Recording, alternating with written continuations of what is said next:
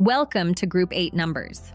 In this section, you will learn the important numbers you need to remember for the U.S. Citizenship Test. This group is all about facts with numbers: how many, how long, and how much.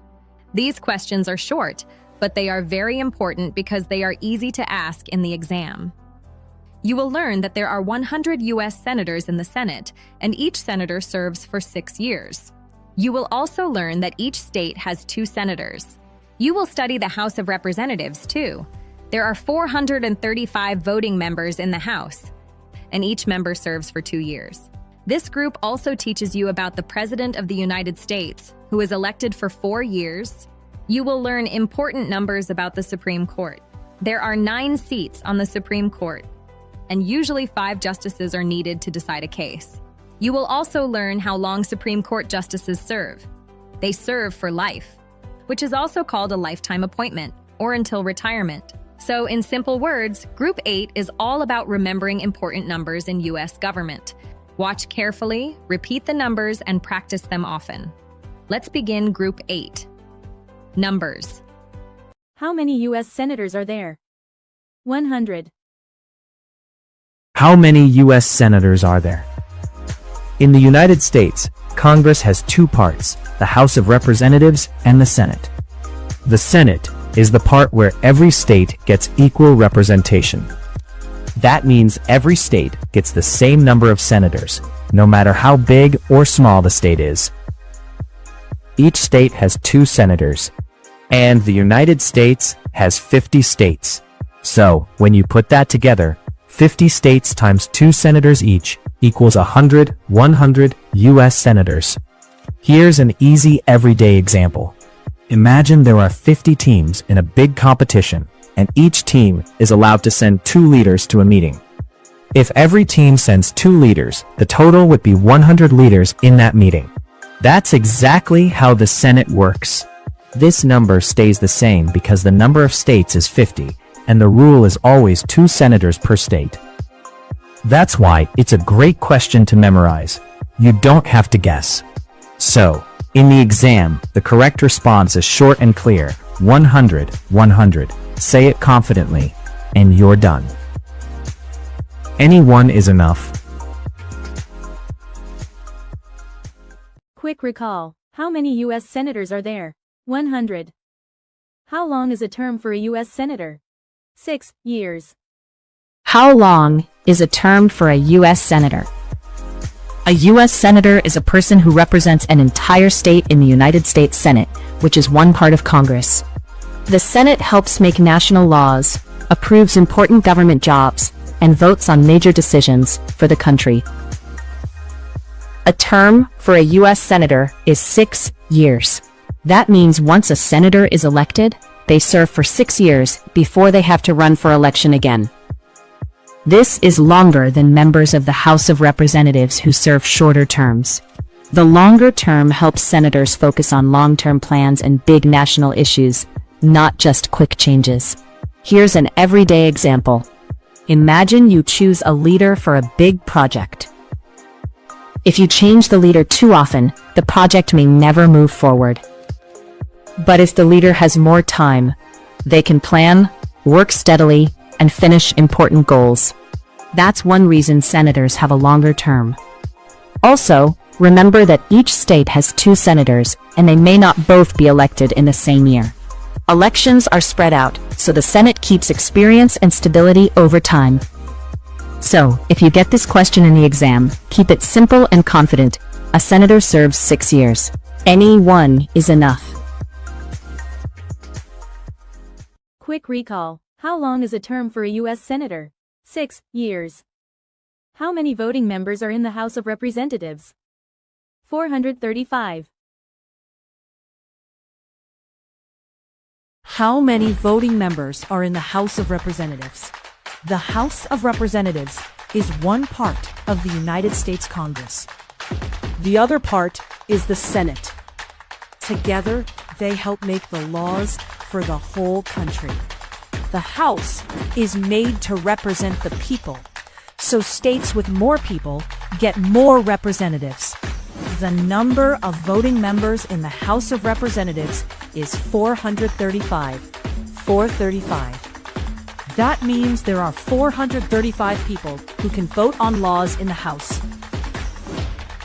Each one represents a district, which is a smaller area inside a state. Here's a simple way to understand it. Imagine the United States is a very large school, and each classroom chooses one person to speak for them. You would end up with a big group of speakers. In the same way, the country is divided into many districts, and each district sends one representative.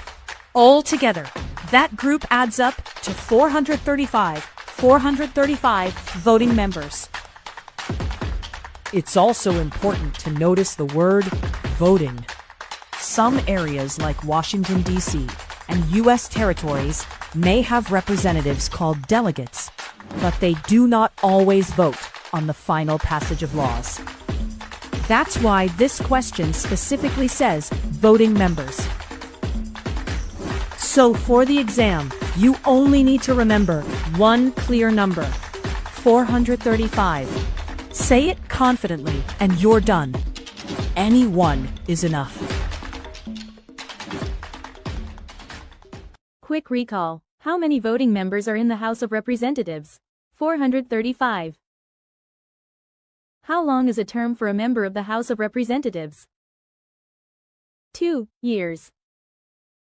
How long is a term for a member of the House of Representatives? The House of Representatives is one part of Congress, and it is sometimes called the House. People in the House represent smaller areas in each state, called districts. Because they represent local communities, they run for election more often, so the people can choose again sooner. A term for a member of the House of Representatives is 2 years. That means once someone is elected to the House, they serve for 2 years, and then there is another election for that seat. Here's an easy way to remember it. House members are closer to the people, so they get checked by voters more frequently. 2 years goes by fast, so it keeps them connected to what people need. So, in the exam, keep it simple and confident. 2 years. Anyone is enough. Quick recall. How long is a term for a member of the House of Representatives?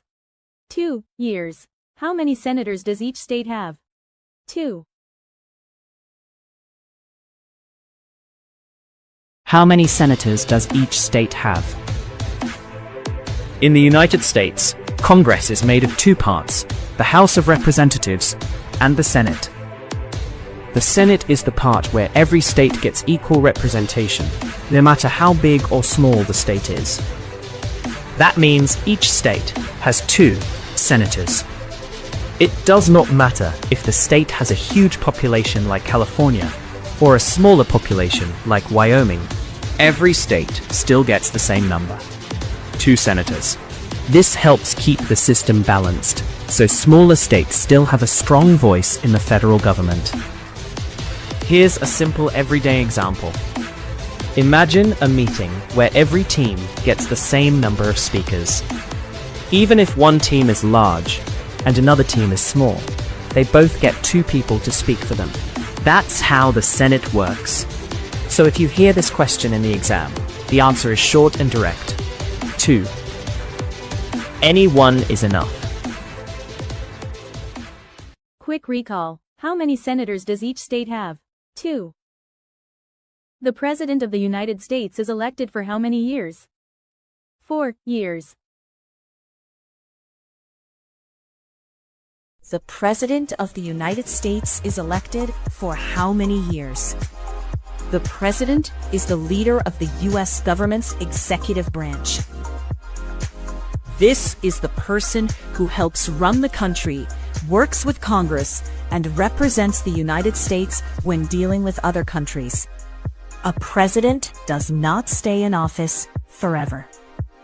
The job has a set time limit, so the people can choose again. The president is elected for 4 years.